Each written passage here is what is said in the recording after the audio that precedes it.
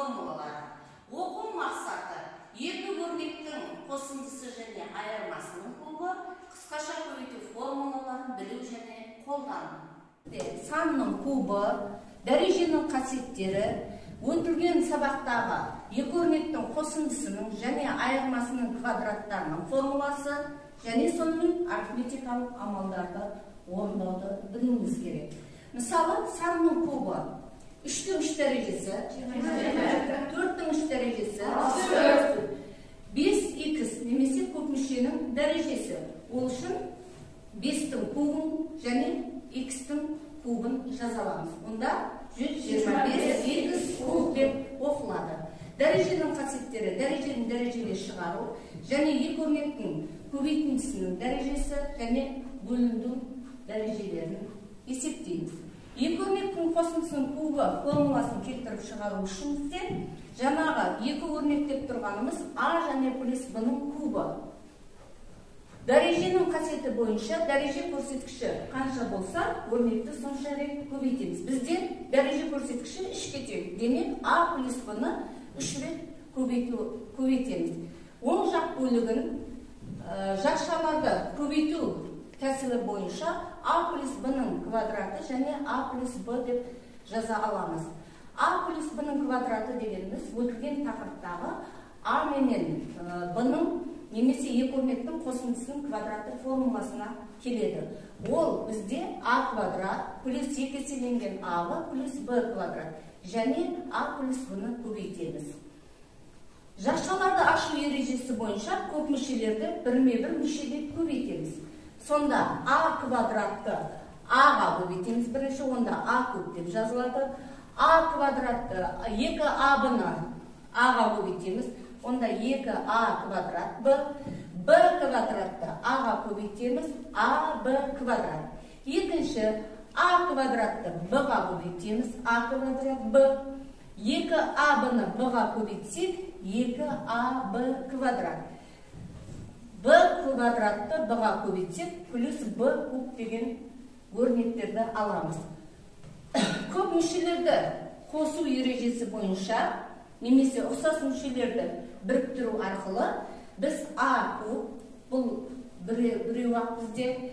Екінші, 2а квадрат б менен а квадрат б-ны қоссақ, 3а квадрат б. Тағы а квадрат б менен 2а б квадратты қоссақ, ұқсас мүшелерді біріктіру арқылы біз а-ның кубы плюс 3а квадрат б және 3а б квадрат плюс б куб формуласын аламыз. Бұл формула бізде екі өрнектің қосындысының кубы формуласы деп аталады. Енді балалар, айырмасының кубы деген бізде тақырыпта тұр еді. Айырмасының кубында қалай болады? Бұл жерде тек қана екінші, төртінші мүшелердің алдында теріс белгі, теріс таңбасы тұрады. Ол деген сөз бізде минус б, а минус б-ның кубы. Б-ның алды теріс болғандықтан, мұна жерде а куб, мұна жерде 3а квадратқа б-ны көбейтеміз. Оң сан мен теріс санды көбейтсек, теріс сан шығады. Екінші, үшінші мүше 3а б квадрат. Бұның алды теріс, бірақ дәрежесі жұп болғандықтан ол санға айналады. Үшінші, бұның дәрежесі тақ, минус санның дәрежесі тақ болса, оның таңбасы теріс болып жазылады. Сонда бізге а куб минус 3а квадрат б плюс 3а б квадрат минус б куб деген формуланы береді. Айырмашылығы екінші, төртінші мүшелердің алды тек теріс таңбамен қойылады. Көп мүшелер түрінде жазыңыз деп. Енді мысал арқылы көрсетейік. Бізде бірінші мысал 2 плюс х-тің кубы. Бұл деген сөз. А-ның орнында бізде 2, б-ның орнында х. Бұл екі өрнектің қосындысының кубы формуласын береді. Сонда орнында 2-ның кубы плюс 3а квадрат. Демек, көбейту 2-ның квадраты, көбейту х. Плюс 3, 2 көбейту х квадрат плюс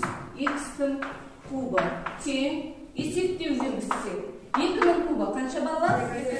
8 плюс 2-нің квадраты 4, 13-ке көбейтсек 12 x будет. Тамаша. Плюс 3-ке 2-ні көбейтсек 6 x-тің квадраты және плюс x куб деген өрнекті аламыз. Екінші мысалымыз көпмүше түрінде жазыңыз дейді. Демек 125 минус 75a плюс 15a квадрат минус a куб. Демек, бұл көпмүше түрінде берілген. Бұл көпмүшелерді екі өрнектің кубынан келтіруіміз керек. Сонда біз бірінші мүшеге қараймыз, 125 және соңғы төртінші мүшеге қараймыз. 125 қандай санның кубы болуы мүмкін? 5. Тамаша. А куб және оны А деп жазалар. Жақша сыртында үшінші дәрежесі. Өте тамаша балалар. Демек, минус 5а немесе екі өрнектің айырмасының кубы бізде 125 минус 75а плюс 15а квадрат минус а куб деген көпмүшені береді. Енді тек қана екінші, үшінші дәрежелерді есептейміз бе? Одан да жоғары дәрежелерді есептеу мүмкін бола ма деген сұрақ туындауы мүмкін. Ол үшін бізде мынадай Паскаль үшбұрышы деген пирамида секілді сандарды тізбектеп жазаламыз.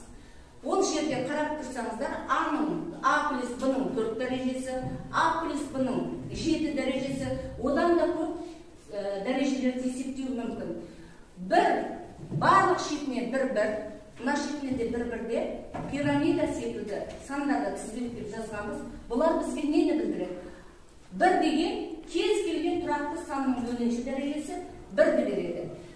Екі шетіне тағы да 1-1 дегеніміз ол берілген екі өрнектің 1 дәрежесі деген сөз. 2 деген қайдан келіп шықты? Мына 2-ні 1-ді қоссақ, мына жерге 2 деп жазаламыз. Шетінде тағы да 1. Мынада 1 менен 2-ні қосып 3, 2 мен 1-ді қосып 3 және 1-ді жазаламыз. Бұл бүгінгі өтіп жатырған біздің екі өрнектің қосындысының кубы немесе айырмасының кубын береді. Ал 4-ші дәреже болған кезде 1 менен 3-ті қосып 4, әдетте 1-ді жазып аламыз. 3 менен 3-ті қосып 6, 3 менен 1-ді қосып 4, және соңынан 1-ді жазаламыз. Тағы да осылай кете береді. Осы арқылы біз ортадағы көпмүшенің коэффициенттерін таба аламыз.